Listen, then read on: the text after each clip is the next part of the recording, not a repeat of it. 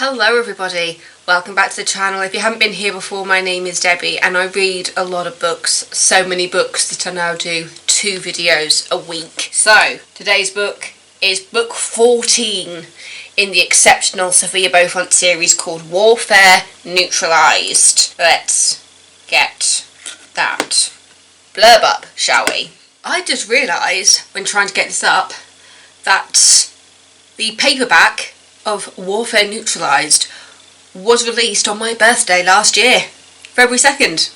So, if you didn't know when my birthday was, it's February 2nd. I was born at 3 o'clock in the morning on the 2nd day of the 2nd month. Why couldn't I have come out at 2 o'clock in the morning? Because it'd be all the 2s, but oh well. So yeah, Warfare Neutralized blurb. Dragons were created to protect justice in the world, but that doesn't mean everyone approves of them. Some fear that which they don't understand. When a politician decides his agenda is paramount, he will stop at nothing until he destroys the dragon elite. The public is starting to fear dragons. Not only does Sophia have to protect the world, but now she needs to convince mortals that the dragons aren't dangerous. She must fight a fast-brewing political war. Will the dragon elite be able to save their reputation before it's too late? The world's fate absolutely depends on it. Didn't that sound good? Yes, so in this book you see them trying to neutralise the damage that politicians are doing in regards to the elite. Now that the world knows about the fact that there are evil dragons as well as good dragons, it's become very political. I mean, the last book was actually, was it called Political Sky? I think it was. Because of the politics that is now coming into it, because people don't want the elite to succeed and they get becoming scared of things that they don't understand. And yeah, I'm sure we'll delve more into this as it kind of goes through the storyline.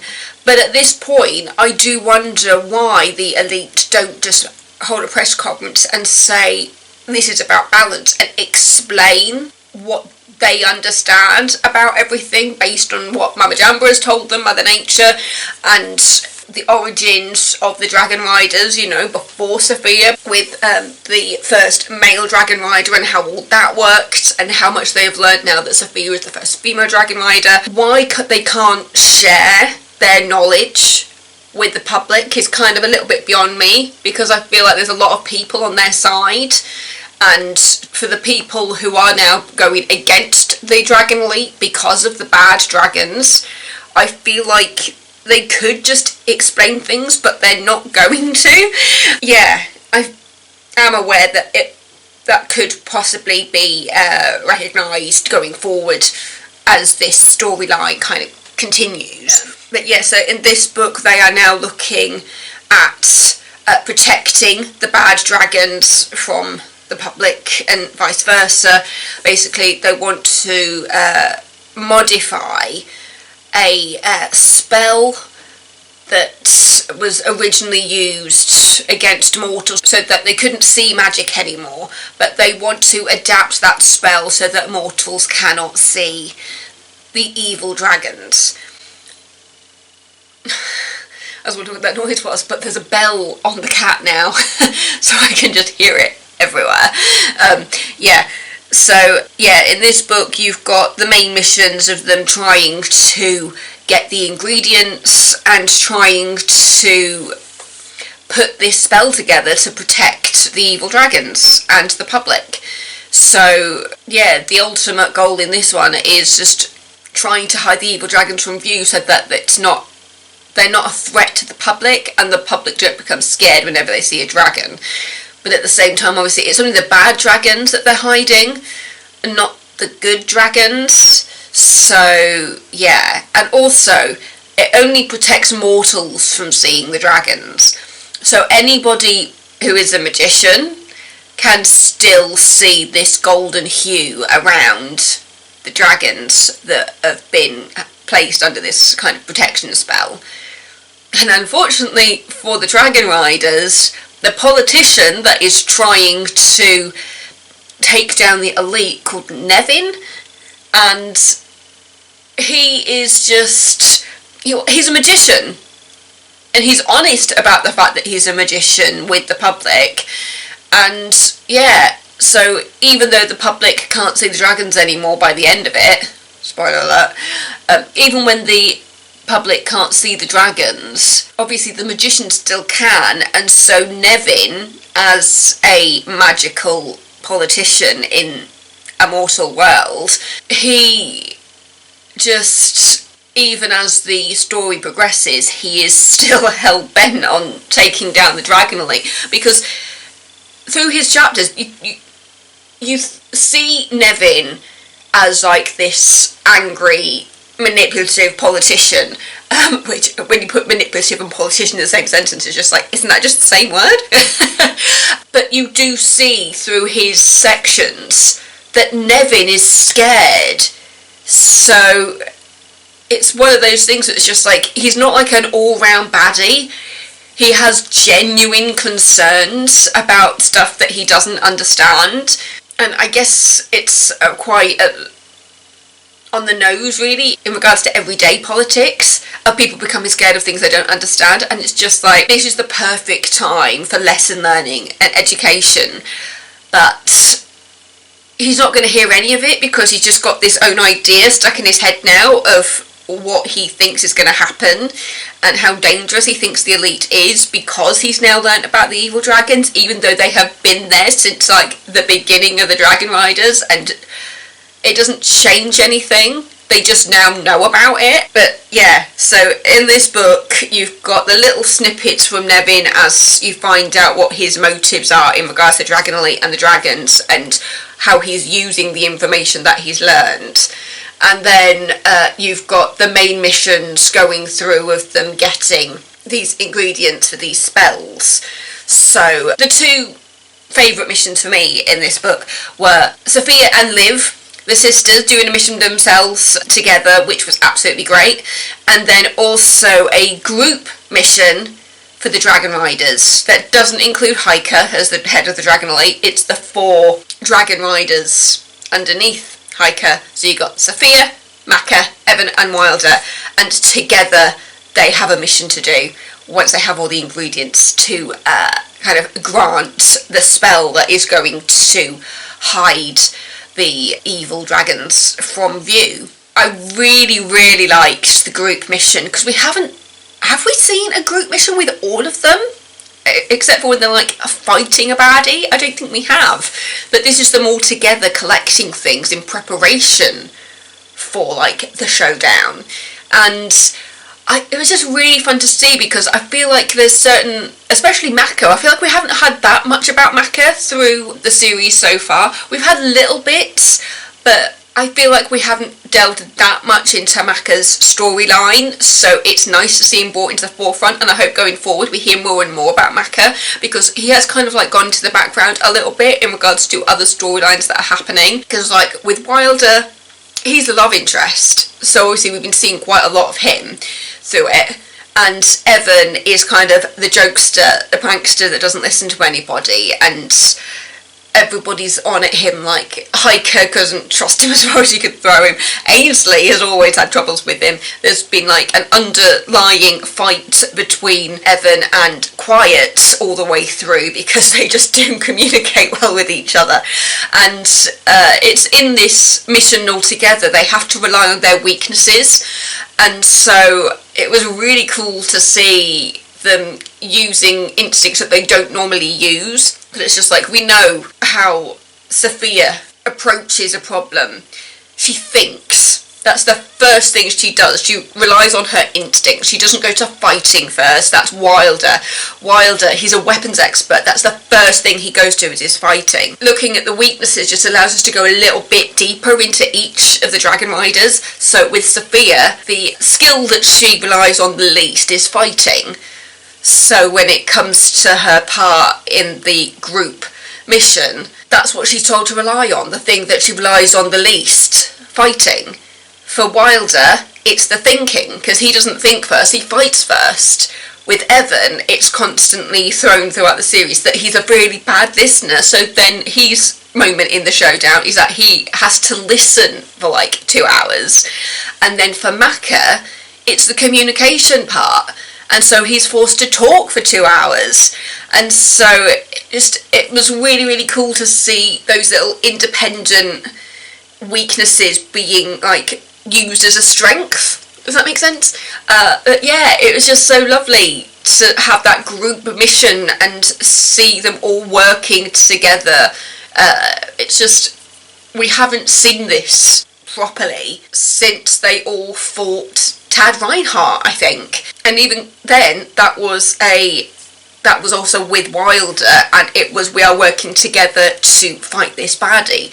In this case, they are on a mission together. There's no ultimate baddie there at that point, and they need to work together to cast a spell. And yeah, just seeing that group camaraderie was just really fun for me, and yeah.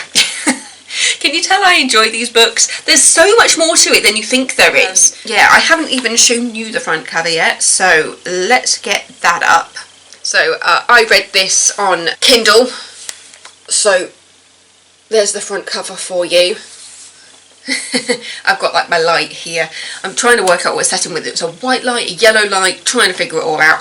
I'm not used to using this light yet, but hopefully it is making a slight difference. Warfare Neutralized, book 14 in the Exceptional Sophia Beaufont series by Sarah Noffke and Michael Anderle. There's also another side of this book in the fact that because they are trying to do this spell to protect the bad dragons, but the dragons have all kind of, now that they can fly, they have all literally flown the nest, and so in order to protect them they have to get at least one back to perform the spell. And so with all the dragons, all the adult dragons sent off on a mission to kind of protect the young uns, they don't have access to their riders during that time. And so for the majority of the book, Sophia cannot hear Lunis. They are brought together slightly in Sophia and Liv's mission, which was a really fun mission actually. There was a moment when they were doing their mission, I was just like, why are all the character names seem to be like countries and places? And then I was just like, oh, I've picked up on something that the characters haven't picked up on yet. I was like one step ahead when they finally connected all the dots, because in Sophia and Liv's storyline they are trying to find a magical grimoire, and there's a very, very nasty witch involved that they're trying to put this grimoire together before they confront the witch. What they don't realise is that they may have been manipulated slightly, and so yeah, they've sent on that mission by Father Time. And it's the idea that Father Time is all-knowing, but at the same time there's also some things that just can never be known. But yeah, so on their mission together, they just keep running into different people and animals that all have names based on locations. And eventually the characters noticed, but I noticed it before the characters did, and how that was connected to what they were doing. But yeah, it takes them to an airport in Los Angeles.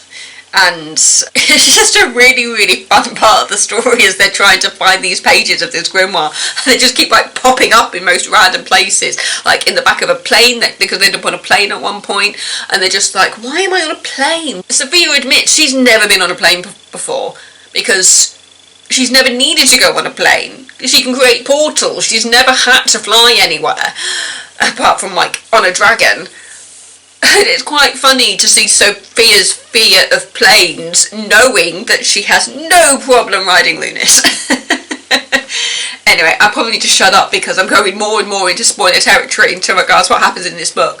But yeah, I absolutely loved it. I still cannot wait to see what happens going forward. I really hope at some point it's kind of explained as to whether or not the elites are going to share a couple of secrets in regards to their history in order to get people on side, because I think sometimes all that people need to hear in regards to like fears and things is the truth, and I feel like the truth would help the characters so much. And obviously just because I think that doesn't mean that's where it's going to go, but yeah, that was my theory in regards to the whole politics side of things in this book, is just the fact that the truth will set you free.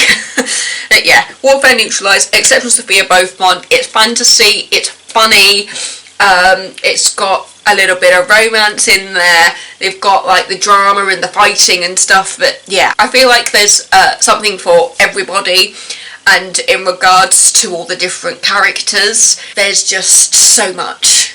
There's so much for different people to identify with, and I just think that's great. Within the four, you've got Sophia, Macca, Evan and Wilder, so you've got those four different characters to identify with, especially in regards to their strengths and their weaknesses. The weaknesses that are highlighted in this book might just help more readers, especially young readers, identify with those characters more. And then you have also got Heike as head of the Dragon Elite, and the way that his personality shines through, and the fact that he is trusting Sophia more and more, even though she is the newest, youngest, first female member of the group, and how his personality is like softened over the series so far, and how he is getting more to grips with the magic he has inherited from his twin brother when he died. I am just completely immersed in this world now.